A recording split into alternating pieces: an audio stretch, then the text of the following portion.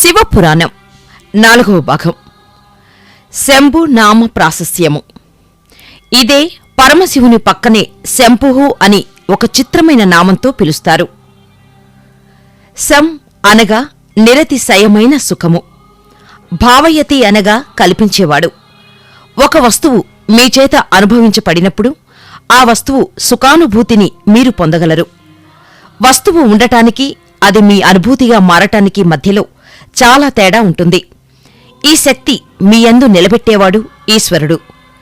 ద్రాపే అంధసస్పతే దరిద్ర నీళ్ల లోహిత అంటుంది రుద్రాధ్యాయం. సుఖమునకు కావలసిన వస్తువు ఉండటం వేరు, సుఖంగా బ్రతకడం వేరు. ఒకడు కోటీశ్వరుడే ఉండి కూడా మిగిలిపోయిన చద్ది అన్నమును పులిసిపోయిన పెరుగుతో తింటాడు. కేవలం సుఖానుభావం కాదు. లోకములు 3 రకాలుగా ఉంటాయి. ఒక లోకము కేవలం సుఖములను అనుభవించటానికి ఉంటుంది. స్వర్గాది లోకములో దుఃఖ స్పర్శ ఉండదు. మరొక లోకం ఉన్నది, అక్కడ సుఖమన్నది ఉండదు. అది నరకలోకం. ఈ 2 లోకములు కాక సుఖము దుఃఖము రెండూ ఉన్న లోకం భూలోకం. ఇక్కడ నుండి మానవుడు పూర్ణ దుఃఖము కలిగిన లోకములోకైనా వెళ్లవచ్చు, లేదా పూర్తి సుఖము కలిగిన లోకంలోకైనా వెళ్లవచ్చు.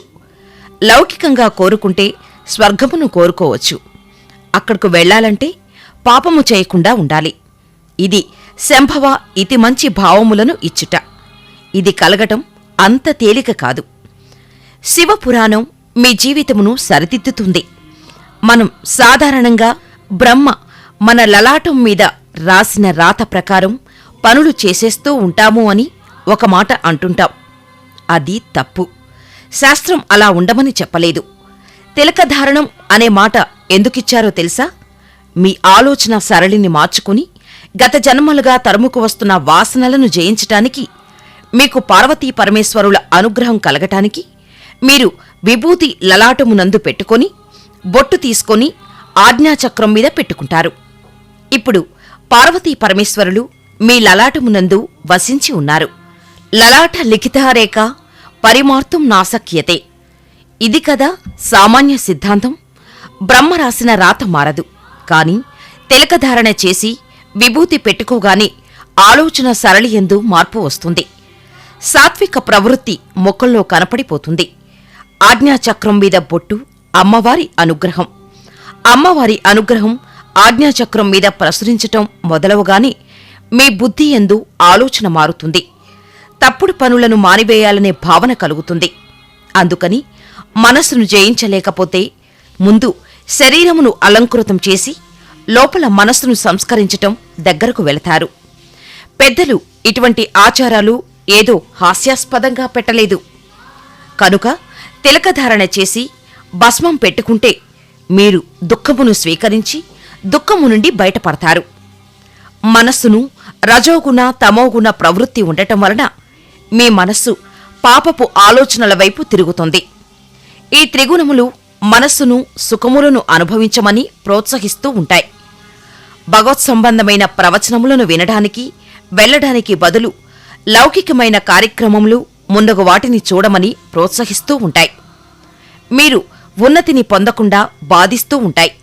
సంసారంలో ఉండి తరించటం చాలా కష్టం. త్రిగుణములో నుండి బయటపడటానికే సంసారంలోనికి ప్రవేశించి సుఖములను అనుభవించి ఈ సుఖములు సుఖములు కావు, నిజమైన సుఖము ఈశ్వరుడే అనే లక్షణమును ఏర్పరచుకొని వైరాగ్య సంపత్తిని పెంపొందించుకోవడం, దానివలన ఇంద్రియములు మనస్సు చలించని స్థితికి వెళ్తాడు. ఇంద్రియములను గెలవడం కాదు, మనస్సు కదలని స్థితికి పూర్ణ వైరాగ్యం అని పేరు. పూర్ణ వైరాగ్యం పొందినవాడు జరిగేది అంతా ఈశ్వరలీల అంటాడు. అంత వైరాగ్యం రావటం కూడా ఈశ్వరానుగ్రహమే. ఈ వైరాగ్య సంపత్తి చేత శాశ్వత సుఖస్థానమైన ఈశ్వరుని యందు కలిసిపోతాడు. అప్పుడు వానికిక ఊర్ధ్య అధోలోకములు అనేవి ఉండవు. ఇక మళ్లీ పుట్టవలసిన అవసరం లేని మోక్షస్థితిని పొందుతాడు. ఇలా పొందటానికి శంభు అనుసంధానం చేసుకుంటూ ఉండాలి. శివుడి పాదములను మీరు గట్టిగా పట్టుకున్నట్లయితే, ఏమీ చేతకాకపోయినా శివనామములు చెప్పటం మొదలుపెట్టినట్లయితే మీకు తెలియకుండా ఒక రకమైన మార్పు ప్రారంభమైపోతుంది. ఆ మార్పు మిమ్మల్ని మంచి ఆలోచనల వైపు తీసుకొని వెళ్ళగలదు. ఇంతకు పూర్వం ద్వాపరయుగం వరకు ఒక లక్షణం ఉండేది. రాక్షసులు వారి గుణములను బట్టి తెలిసేవారు. కాబట్టి వారిని దూరంగా పెట్టడమో, పరమాత్మ వాడిని సంహారం చేయడమో జరిగేది. కాని కలియుగంలో అలా కాదు. కలియుగంలో రాక్షసులు చిత్తవృత్తుల రూపంలో ఉంటాడు. పైకి దొరకరు. మోసం చేసేవాడే చాలా నమ్మించేటట్లుగా సాధు పురుషుడిలా ఉంటాడు. అవతలవాడిని నమ్మించి మోసం చేయాలనుకునేవాడు మాట కలిపి చక్కగా మాట్లాడతాడు. ఇప్పుడు రాక్షసుడు వాని చిత్తవృత్తి యందు ఉన్నాడు. త్రేతాయుగంలో రాక్షసులు ఈ చిత్తవృత్తుల రూపంలో ఉండి ఉంటే విశ్వామిత్రుడు యాగం చేయలేడు. రాముడు పలు రాక్షసులను చంపటానికి తానే అనుసంధానం చేసుకోవాల్సి వచ్చేది. కాని వారు బయట రాక్షసులుగా ఉన్నారు. కాబట్టి అప్పుడు రాముడు వచ్చి బాణం వేసి రాక్షసులను కొట్టి చంపాడు. ఈ యుగంలో అలా కుదరదు. రాక్షసులు మన మనస్సుల్లోనే ఉన్నారు. వారు ఎప్పుడైనా తలెత్తి మిమ్మల్ని పడగొట్టేస్తారు. అలా పడగొట్టే రాక్షసులు ఇక్కడే చిత్తవృత్తుల రూపంలో ఉన్నారు. వీళ్లను తొక్కి పట్టగలిగినవాడు ఒక్కడే ఉన్నాడు. ఈతడే శంభుః. అందుకే ఏవం శ్రీ శంభుదేవస్య నామ్నామష్టోత్తరం శతం అంటాము. ప్రదోషవేళలో ప్రతిరోజు శంభు నామములు చెప్పినట్లయితే ఆయన మీలోని రాక్షస ప్రవృత్తులను తొక్కిపెట్టి మీ భావములు యందు మంచి ప్రవాహమును ఏర్పాటు చేస్తాడు. ఈ మంచి ప్రవాహము కలిగిన భావన చేత మీరు ఉన్నతిని పొందేస్తారు. శంభునామమును పట్టుకుని శంభుని అనుగ్రహమును పొందిన వాని స్థితి ఎలా ఉంటుందో మనం రుద్ర పశుపతి నాయనారు చరిత్ర చదివితే తెలుస్తుంది. రుద్ర పశుపతి నాయనారు 60 మంది నాయనార్లలో రుద్ర పశుపతి నాయనారు ఒకరు. సన్యాసి కూడా రుద్రం చదవాలి. అభిషేకం చేయకపోయినా రుద్రం పారాయణం చేస్తే వెంటనే పాపములు పటాపంచలవుతాయి. రుద్ర పశుపతి నాయనారుకి ఒక లక్షణం ఉండేది. ప్రతిరోజు కూర్చొని రుద్రాధ్యాయం చదువుతూ ఉండేవారు. అలా చదువుతున్నప్పుడు ఒక అనుమానం వచ్చింది. అందులో మేఘ్యాయచ విద్యుత్యాయచ వృక్షాయచ హరిత్యాయచ లోభ్యాయచ లభ్యాయచ ఈద్రియాయచ ప్రేత్యాయచ సికత్యాయచ ఈ మాటలు ఉన్నాయి. ఇవన్నీ ఈశ్వరుడే అన్నాడు.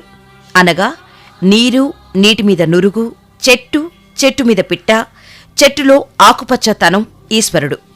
నాయనారు తిరుమలాయార్ ప్రాంతంలో ఉండేవారు. ఆయన ఈ రుద్రమును చదివి ఆకాశం ఈశ్వరుడు, మేఘం ఈశ్వరుడు, నీరు ఈశ్వరుడు, నురుగు ఈశ్వరుడు, చెట్టు ఈశ్వరుడు, పిట్ట ఈశ్వరుడు. కాబట్టి నేను ఇంట్లో కూర్చొని వీటన్నింటినీ చెబుతుంటే ఉపయోగం ఏమిటి? కాబట్టి నేను ఈశ్వరుడిలో చేరిపోయి ఈశ్వరానుభూతిని పొందుతాను అన్నాడు. ఒకరోజున తెల్లవారుజామున ఎవ్వరికీ చెప్పకుండా ఊరి బయటకు వెళ్ళిపోయారు. అక్కడ గల కొండమీద నుంచి ఒక సెలయేరు జాలువారుతుంది. ఆ సెలయేట్లో నడుంలోతు నీళ్లల్లో నిలబడ్డాడు. చల్లని నీటి స్పర్శకు ఈశ్వరుడు తనను కౌగిలించుకున్న అనుభూతిని పొందారు. ఇవన్నీ ఈశ్వరుడు కదా, నేను ఈశ్వరుడిలో ఉన్నాను అని నమః ఫెన్యాయచ నమస్సి కథ్యాయచ ప్రవాహ్యేచ అని పారాయణ చేసి బయటికి రాలేక వచ్చేవాడు. ఒళ్ళు తుడిచేసుకొని పొడిబట్ట కట్టుకుని ఇంటికి వెళ్ళిపోయేవాడు. మరలా మధ్యాహ్నం సంధ్యావందనం కోసం ఆ చెరువు దగ్గరకు వెళ్ళిపోయేవాడు. నీళ్లల్లో నిలబడి శివును ధ్యానం చేసేవాడు. చుట్టూ కనిపిస్తున్న ప్రతి వస్తువులో శివరూపమును చూసేవాడు. సాయంత్రం కూడా అదే నీటిలో అదే పరిస్థితి. ఇలా కొన్నాళ్లు జరిగింది. చివరకు రాను రాను ఆయనకు ఎవరు కనపడినా ఈశ్వరుడే కనపడేవాడు. ఆఖరికి దొంగ కనపడితే నమః చోరాయచ అనేవాడు. అలా అంతటా ఈశ్వర దర్శనం చేస్తూ ఉండేవాడు. అప్పుడు శంకరుడు, ఇక నేను తప్ప ఇంకొకడు కనపడని నిన్ను నాలోకే తీసుకోవాలి అని నాయనారుని తనలోకి తీసుకున్నాడు. అప్పుడు నాయనారు శివునిలో ఏకమైపోయి తాను శివుడైపోయాడు. దీనిని మనం జాగ్రత్తగా పరిశీలించినట్లయితే నాయనారు భావన చేత మోక్షమును పొందినట్లుగా మనం గమనిస్తాం. సంభావయతి మీయందు మంచి భావములు ప్రవేశించి ఈశ్వరాభిముఖులై నిరితిశయ సుఖస్వరూపమైన శివునియందు కలిసి మీరే శివుడు అవుతారు. అటువంటి స్థితి మనకు కలగడం కోసమే మహానుభావుడైన పరమాత్మ మనకీ ఉపకారం చేశాడు. ఇటువంటి జ్ఞానమును శంభు స్వరూపం మనకు కటాక్షిస్తుంది. అందుకే శంభుః అన్న నామం అంత గొప్ప నామం అయింది. పరమశివుని రూపములో ఆ శాంభవ స్వరూపం అంత గొప్పదైంది. ఆ నామములు చెప్పుకుంటే చాలు, మనం ఉద్ధరించబడతాం. ఈశ్వరాత్ జ్ఞానమన్విచ్చేత్ జ్ఞానదాత మహేశ్వరః. ఈశ్వరుని అనుగ్రహం వలన మాత్రమే జ్ఞానము కలుగుతుంది. ఆ జ్ఞానమును ఇచ్చేవాడికి మహేశ్వరుడు అని పేరు. శంభునామమును మీరు గట్టిగా పట్టుకుని ఆ నామముతో పిలిస్తే ఆయన మీ భావములను మార్చి మిమ్మల్ని ఈశ్వరుని వైపు తిప్పుతాడు. మీకు సత్ప్రవర్తన కల్పిస్తాడు. మిమ్మల్ని చక్కటి వాడిగా రూపుదిద్దుతాడు. కనుక మనం ప్రతిరోజూ శంభునామమును చెప్పుకుంటూ శంభు అనుగ్రహమును పొందాలి. ఇదియే శం.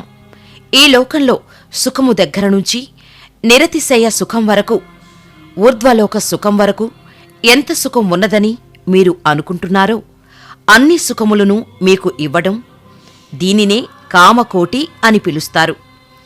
కామకోటి అనగా ఇక్కడ కోర్కెలను ఇవ్వటంతో మొదలుపెట్టి కోర్కెలు లేకుండా చేయటం వరకు తీసుకువెళ్లి ఆ తర్వాత పుణ్యమును ఇచ్చి, పుణ్యము వలన ఊర్ధ్వలోక ప్రాప్తి వరకు ఇచ్చి, తరువాత మరలా తిరిగి రానవసరం లేని పునరావృత్తి రహిత శాశ్వత శివ సాయుజ్య స్థితి అనబడే మోక్షస్థితి వరకు ఇవ్వగలిగిన అంచులన్నీ ఆవిడ చేత పరిపాలించబడుతున్నాయి. ఆవిడ యవనిక ఎత్తి ఈ కామకోటిలో నిలబెడుతుంది. ఈ కోటిలో ఏ మెట్టు మీద మీరు నిలబడతారో దానికి తగినట్లుగా మిమ్మల్ని నిలబెట్టడానికి ఈ నామములు, ఈశ్వరానుగ్రహము మిమ్మల్ని రక్షిస్తాయి. రుద్ర పశుపతి నాయనారు వృత్తాంతమే అందుకు ఉదాహరణ. శివపురాణం 4వ భాగం సంపూర్ణం. ఓం నమః శివాయ. హరిహర మహాదేవా. మేం చేసే వీడియోస్ మిస్ అవ్వద్దు అనుకుంటే వెంటనే మా ఛానల్ ని సబ్స్క్రైబ్ చేయండి. పక్కనే ఉన్న బెల్ బటన్ ని క్లిక్ చేయటం మర్చిపోకండి.